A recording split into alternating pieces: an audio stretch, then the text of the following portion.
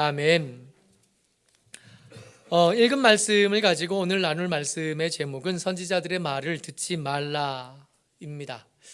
이상한 제목입니다. 설마 이런 이야기를 성경에서 읽을 줄은 쉽게 생각하지 못할 만큼 충격적인 말입니다. 그동안 우리가 예레미야 성경 읽어오면서 하나님의 백성들이 하나님의 말씀, 예레미야를 통해서 선포된 말씀을 듣지 않는 것 때문에 고민이 많으셨거든요.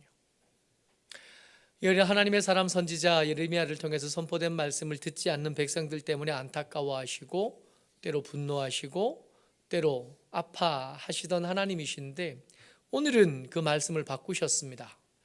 선지자들의 말을 듣지 말라 하신 거죠. 이상한 이야기가 나오면 그저 맥락 없이 툭 떨어진 말씀은 아닐 겁니다. 앞뒤 말씀 이어봐야 될 텐데 왜 이렇게까지 말씀하셨나? 먼저 살펴볼 것은 예루살렘에 있는 선지자들의 지금 모습이 어떠한가입니다. 23장 10절부터 12절까지 천천히 한번 읽어보겠습니다. 23장 10절부터 12절까지 읽습니다. 시작. 이 땅에 간음하는 자가 가득하도다. 저주로 말미암아 땅이 슬퍼하며 광야의 초장들이 마르나니 그들의 행위가 악하고 힘쓰는 것이 정직하지 못함이로다. 여호와의 말씀이니라. 선지자와 제사장이 다 사악한지라. 내가 내 집에서도 그들의 악을 발견하였노라. 그러므로 그들의 길이 그들에게 어두운 가운데 미끄러운 곳과 같이 되고 그들이 밀어냄을 당하여 그 길에 엎드러질 것이니라. 그들이 그들을 벌하는 해에 내가 그들에게 재앙을 내리리라. 여호와의 말씀이니라. 아멘. 하나님께서 이 말씀을 시작하시면서 이 땅에 간음하는 자가 가득하다 그러신 거예요.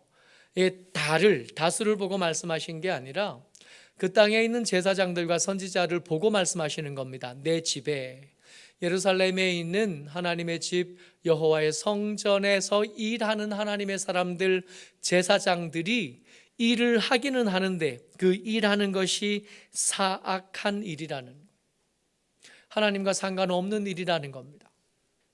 여러분들 기억하셔야 돼요. 이 말씀을 마음에 새기시고 두려움으로 마음에 품고 계셔야 됩니다. 하나님의 집에 있는 사람들이잖아요. 여러분들과 저들. 우리 지금 여기에 모인 것 교회로 모인 거죠. 하나님의 사람들의 모임, 성도들의 모임, 이 모임에 있는 겁니다. 내 집에, 하나님 말씀하실 때 내 집에 모인 여러분들과 저인 거죠. 근데 그 집에 있다는 것만으로 안전하지 않다는 것을 반드시 기억하시고 염두에 두셔야 됩니다. 하나님의 집, 거기서 일하는 선지자들, 제사장들, 그들이 하나님과 상관이 없답니다. 그들이 하나님의 길에서 미끄러질 거고 그들이 하나님의 길에서 밀어뜨림을 당하게 될 거고 몰아냄을 당하게 될 겁니다. 그들이 하나님의 길을 버린 것이 아니라 그 길이 하나님께서 앞서 행하시는, 예수님께서 앞서 행하시는 그 길, 예수님의 도가 이 제사장들과 선지자들을 거절하시겠다는, 내보내시겠다는 거예요. 예루살렘에 있다고 해도 예외가 아니라는 겁니다. 여러분, 제사장이 예루살렘 안에 있는 거 아니거든요. 예레미야 때잖아요. 레위인들이 전국에 흩어져 삽니다. 그들 가운데 말씀을 가르치는 사람들이 전국에 흩어져 삽니다. 선지자들은 전국 어디에나 있습니다. 그들 가운데 더 높은 자리를 차지하는 사람들이 사는 곳이 어디냐 하면 예루살렘인 거예요. 예루살렘에 있다, 거기서 제사장 한다 그러면 성공한 사람인 거예요. 남들보다 더 주목받는 자리에 있고 사람들이 생각할 때 하나님의 은혜에 더 가깝고 하나님의 말씀에 더 가까이 인접한 사람으로 여겨지는 겁니다. 예를 들어 목사님일 테고, 예를 들어 장로님이실 테고, 권사님이실 테고, 기도하는 사람일 테고, 전도하는 사람일 테고, 말씀을 맡은 자들일 겁니다. 근데 그것으로 안전하다라는 뜻은 아니라는 겁니다.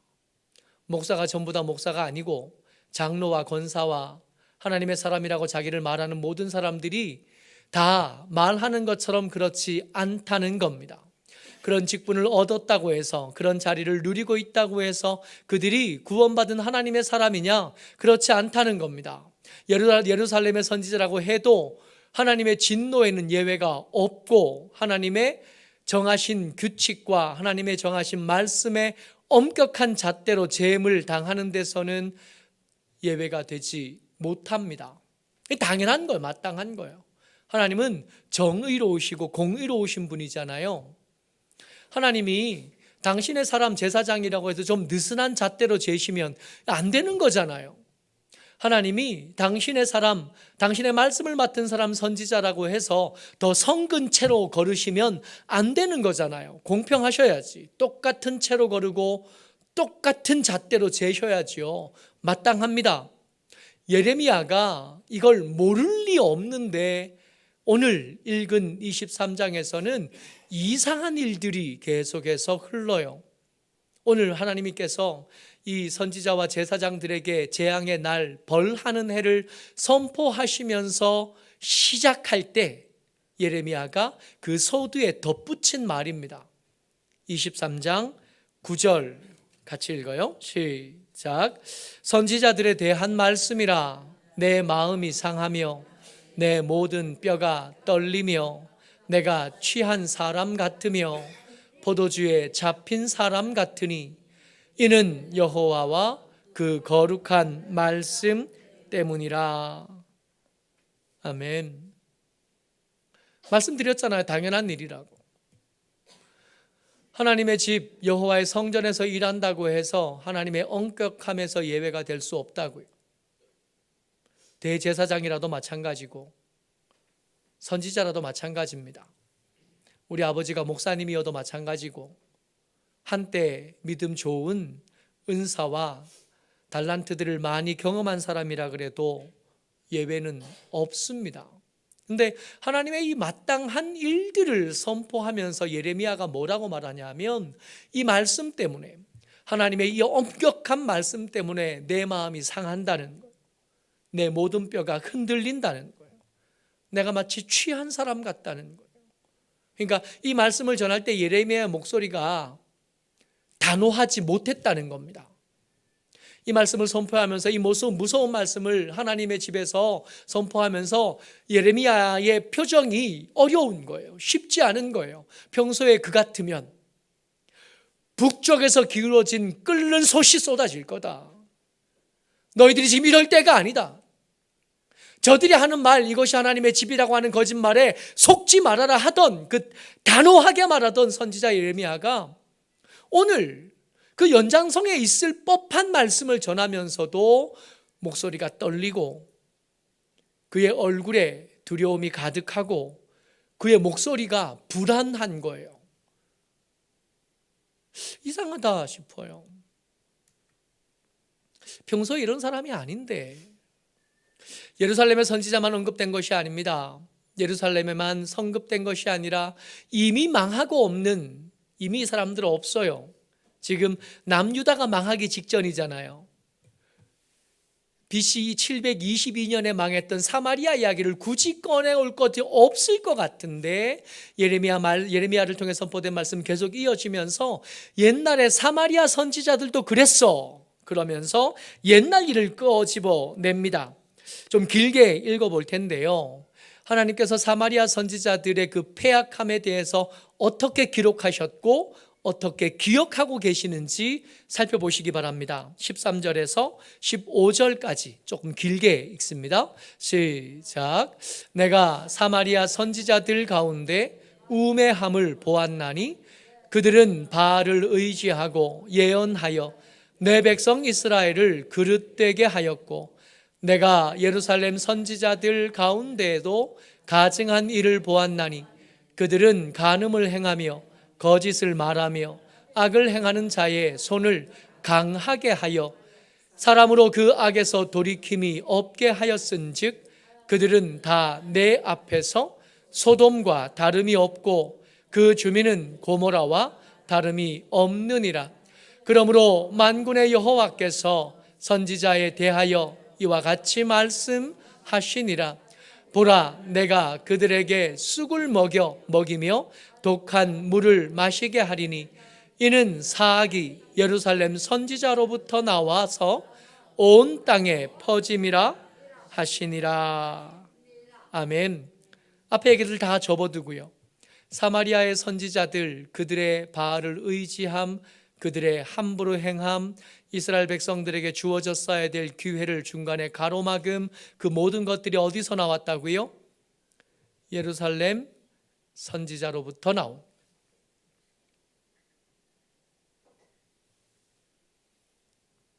목사님 때문이라고요.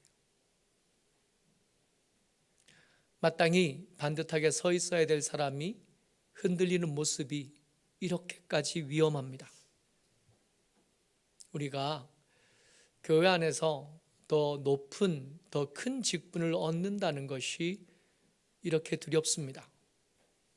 여러분, 사마리아 선지자들이 패약하고 바알과 아세라를 섬겼던 일들이 왜 예루살렘 선지자들 때문이겠어요? 좀 억울할 만하고, 게다가 100년도 넘게 지난 일인데 그 일에 대한 책임을 지금 와서 예루살렘 선지자들에게 묻는 것은 좀 과하다 싶은데, 여러분, 과하다 싶어도 이걸 아니라고 말할 자격, 말할 힘 우리에게 없다는 게 문제입니다. 니들 책임이래요. 내가 너희들을 빛이라 그랬지. 그 빛을 켜서 등경 위에 두고 처마 밑에 달아두면 사람들이 여기가 길인지 아닌지 알게 될 거다 그랬지. 너희들의 빛이 어두우면 단지 너만 어두운 게 아니라 너를 통해서 길을 찾아야 될 사람이 길을 못 찾는 것까지 네 책임이 된다 그랬지. 100년 전에 죽은 사마리아 선지자들의 잘못까지 이 예루살렘 선지자들이 다 뒤집어 쓰는 겁니다.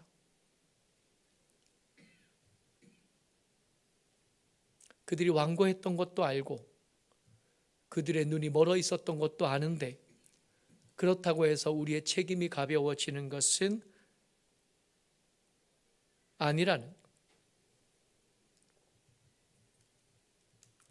원점이, 그 사악함의 원점이 예루살렘이라시는 겁니다. 예루살렘을 타격하는 거 예수님의 말씀에 근거해도 그렇고 이제까지 말씀해 오시던, 우리가 배워오던 하나님의 말씀에 근거해 보면 하나도 이상한 거 아니에요.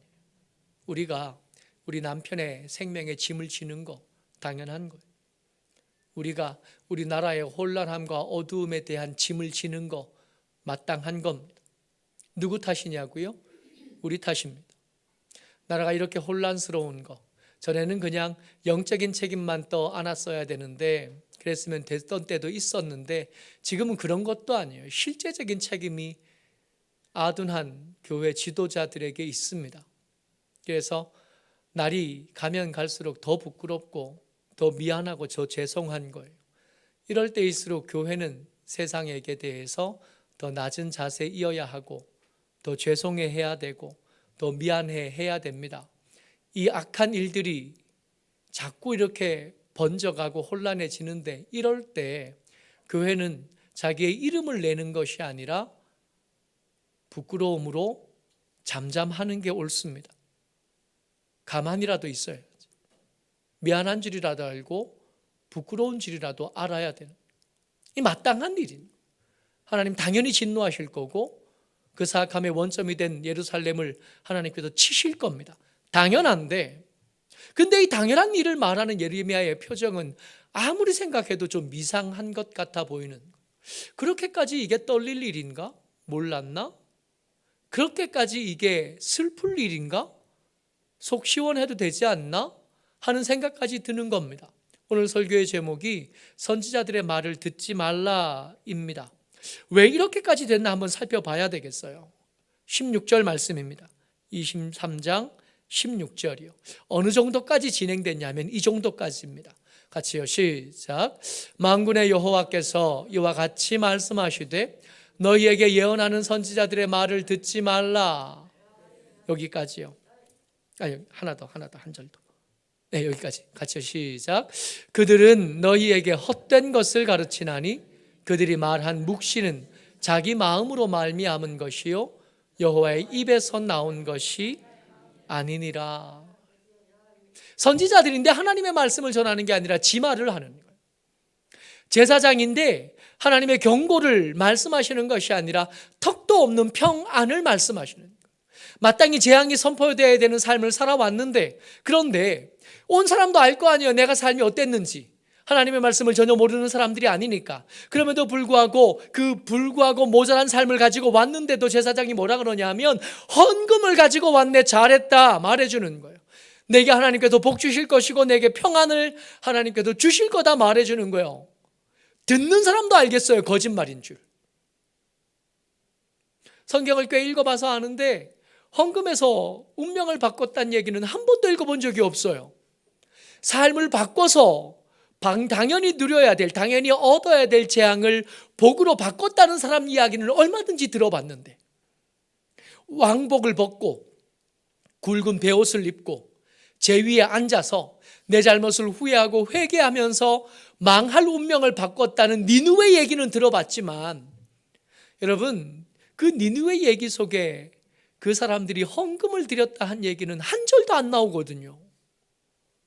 이거는 돈 문제가 아닌데, 이것은 삶의 문제고 가치관의 문제고 삶의 방법의 문제인데, 근데 턱도 없이 제사장이 그 돈 받고는 잘했다 그러는 거예요. 하나님의 평안을 선포해 주는 겁니다. 이상한 거예요. 도대체 이 제사장들, 이 선지자들에게 도대체 무슨 일이 벌어진 겁니까? 도대체 우리나라 교회는 왜 이렇게까지 된 겁니까? 기가 막힌 말씀이 등장해요. 오늘 하고 싶은 이야기가 이겁니다. 하나님께서 이 제사장들과 이 선지자들이 이렇게 된 것은 이것 때문이래요. 18절 말씀입니다. 같이요. 시작. 누가 여호와의 회의에 참여하여 그 말을 들었으며 누가 귀를 기울여 그 말을 들었느냐. 여기 낯선 단어 하나가 등장했습니다. 뭐라고 말씀하시냐면 그들이 내가 초청한 회의에 참석하지 않았다는 거예요. 회의요, 회의.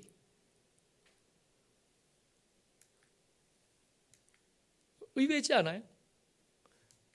교회에서 민주주의 한다 그러면 옛날 어른들이 그랬어요. 교회가 무슨 민주주의냐, 신본주의지.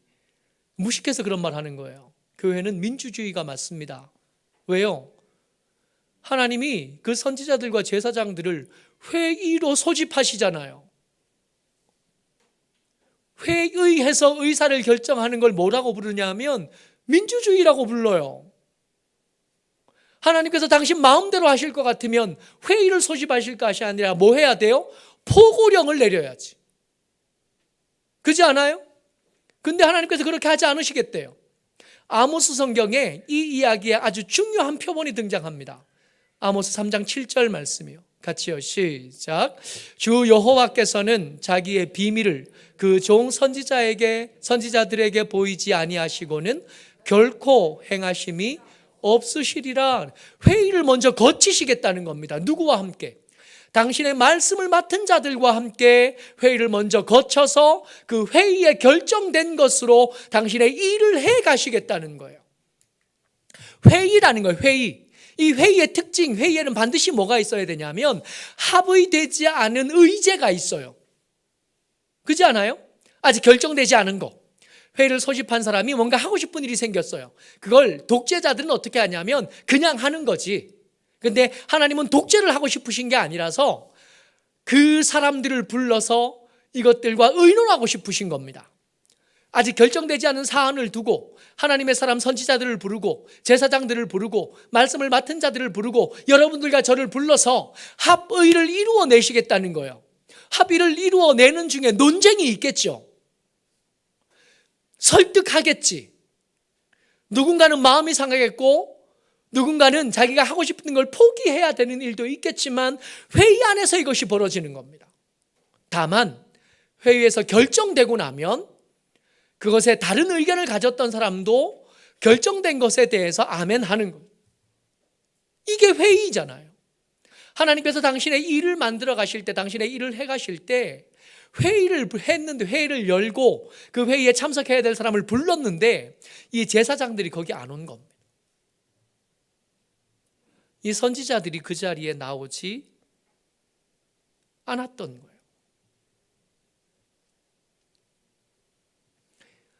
지금 우리가 이 말씀을 예레미야서에서 읽으니까 말씀을 맡은 자들, 제사장들, 선지자들만 떠오르지만 우리는 구약 성경만 가지지 않고 예수님 오셔서 전해주신 말씀 신약 성경도 가졌잖아요. 그 회의에 어떤 사람들만 아니라 하나님의 사람들 모두가 함께 참여해야 된다는 걸 우리가 아는, 한때 이게 싫었던 사제들이 이건 배운 사람들만 읽으면 돼 그러고 이 라틴어로 쓴 성경을 번역하지 않으려고 했어요. 무식한 사람들이 성경을 읽는 게 싫은 거예요. 그래서 라틴어로 성경 만들어 놓고 그것을 번역하지 않고 라틴어를 공부한 사람들, 예를 들면 신부님들, 예를 들면 수녀님들만 그거 공유하지, 자기들끼리의 리그를 만들고 그렇게 했어요. 종교개혁이 일어나면서 제일 중요하게 했던 일이 뭐냐 하면 이 라틴어 성경을 독일어로 번역하는, 마틴 루터가 제일 열심히 했던 일이 성경 번역이에요. 그때 이후로 지금까지 세상에 있는 모든 언어로 성경을 번역하려고 합니다. 왜요? 하나님이 여시는 그 회의에 우리를 불러내기 위해서. 말씀을 맡은 자들이 어떤 사람들이 아니라 모든 사람이어야 된다고. 너도 나오라고. 너도 나와서 하나님이 말씀하시는 것에 대해서 듣고 그것이 네 마음에 맞지 않는다면 논쟁을 시작하자고. 나오라고. 대장부답게 허리띠를 띠고 내 앞에 서라고. 나하고 이야기를 시작해보자고. 내가 일하는 방식이 말도 안 맞잖아요. 여러분, 하나님이 일하시는 방법이 우리 스타일에 맞아요? 안 맞잖아요. 가서 하나님 일을 이렇게 하셔야 됩니까? 이거 말고 다른 방법 없습니까? 내가 생각하기에는 이렇게 말할 수 있다는 거예요. 말할 수 있다뿐만 아니라 이렇게 말하기를 기대하시는 겁니다. 나오라고. 말씀 앞에 함께 서라고. 그리고 논쟁하는. 하나님이 자신이 있으신 겁니다. 우리를 설득할 자신이 있으신 거예요. 이야기를 하다 보면 우리 방법을 포기하고 하나님의 방법에 아멘하게 되실 거라는 걸 하나님이 자신하고 계시는 거예요. 그냥 우리를 소처럼, 우리를 돼지처럼, 우리를 노예처럼 다루시는 것이 아니라 한 사람의 사람으로 당신의 형상을 닮아 귀하고 아름답게 지어놓은 귀중하고 존귀한 하나님의 사람으로 우리를 만드시고 그렇게 우리를 대우하시는 거예요. 근데 우리는 하나님 앞에 가서 하나님 이거 할까요? 저거 할까요? 자꾸 묻기만 해. 우리 생각을 말씀을 드리려고 하지 않아요. 하나님 우리를 사람처럼 말고 소처럼 대해 주십시오. 답을 알려주십시오. 하나님 동쪽으로 가야 귀인을 만납니까? 남쪽으로 가야 귀인을 만납니까? 뭐 그런 것만 물어보고 앉아.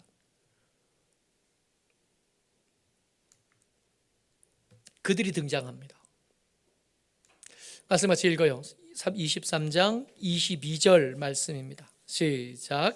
그들이 만일 나의 회의에 참여하였더라면 내 백성에게 내 말을 들려서 그들을 악한 길과 악한 행위에서 돌이키게 하였으리라.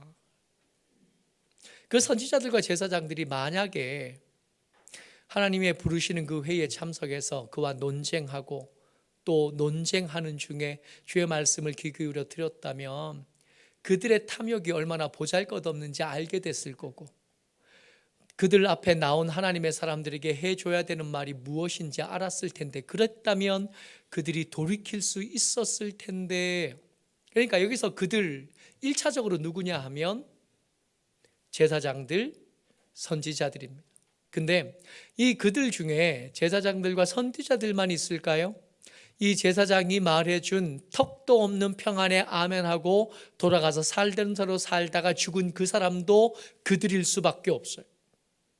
그 선지자들이 말해준 턱도 없는 하나님의 말씀이 아닌 선지자들의 생각을 아멘하고 집에 돌아가서 살던 대로 계속 살았던 그 사람들도 그들이라고요. 억울한 면이 많아요.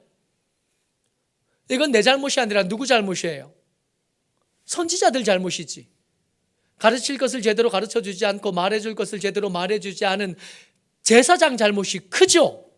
근데 그렇다고 해도 아까 사마리아 선지자들의 잘못을 예루살렘 선지자들의 잘못이라고 말씀하셨던 하나님이시라면 이 잘못이 내 잘못이 아니라 제사장의 잘못입니다, 선지자의 잘못입니다 하고 말한 그들의 말도 안 들어주시지 않겠어요? 그러니 뭐라디 내가 니들 보고 직접 읽으라고 했잖아 하시지 않겠어요? 말씀을 읽을 책임, 말씀을 묵상하고 내 삶을 개척해가고 한 걸음씩 걸어갈 책임, 너희들 한 명 한 명에게 있다고 내가 말했잖아. 근데 이걸 들으니 예레미야가 했던 그 과한 표현이 이해는 되는 거예요. 이 무식한 놈들이 그 무도한 제사장의 말만 듣고 함부로 살다가 억울한 면을 알겠는 거예요. 그래서 예레미야의 마음이 힘들었고 어려웠던 겁니다. 이 선지자들 때문에 피해를 본 백성들이 있고 이 제사장들 때문에 피해를 본 그 백성들 때문에 이 선지자들과 제사장이 죽는 것에 대해서는 미련도 없어요. 당연하지. 얼른 빨리 좀 죽었으면 어쩌면 그랬으면 싶었을 텐데 그 백성들이 안타까운 거예요. 그 무지몽매한 사람들, 그 미련한 사람들이 살아날 기회조차도 얻지 못하고 그냥 죽어갈 것들이 아깝고 아쉽고 답답하고 그러다 보니 마음이 상하고 뼈가 떨리고 그러다 보니 마음이 취한 것 같은 겁니다.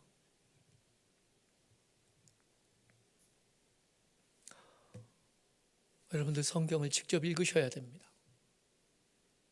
목사들을 어떻게 믿어요?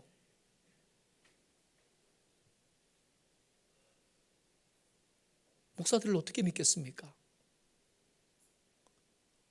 예수님은 믿을만 하시지만 나도 나를 못 믿겠는데 남이 나를 믿는데요. 이 부담을 어떻게 저보고 지래요? 전 60에 은퇴할 겁니다. 이 부담을 70까지 질 자신이 없어요.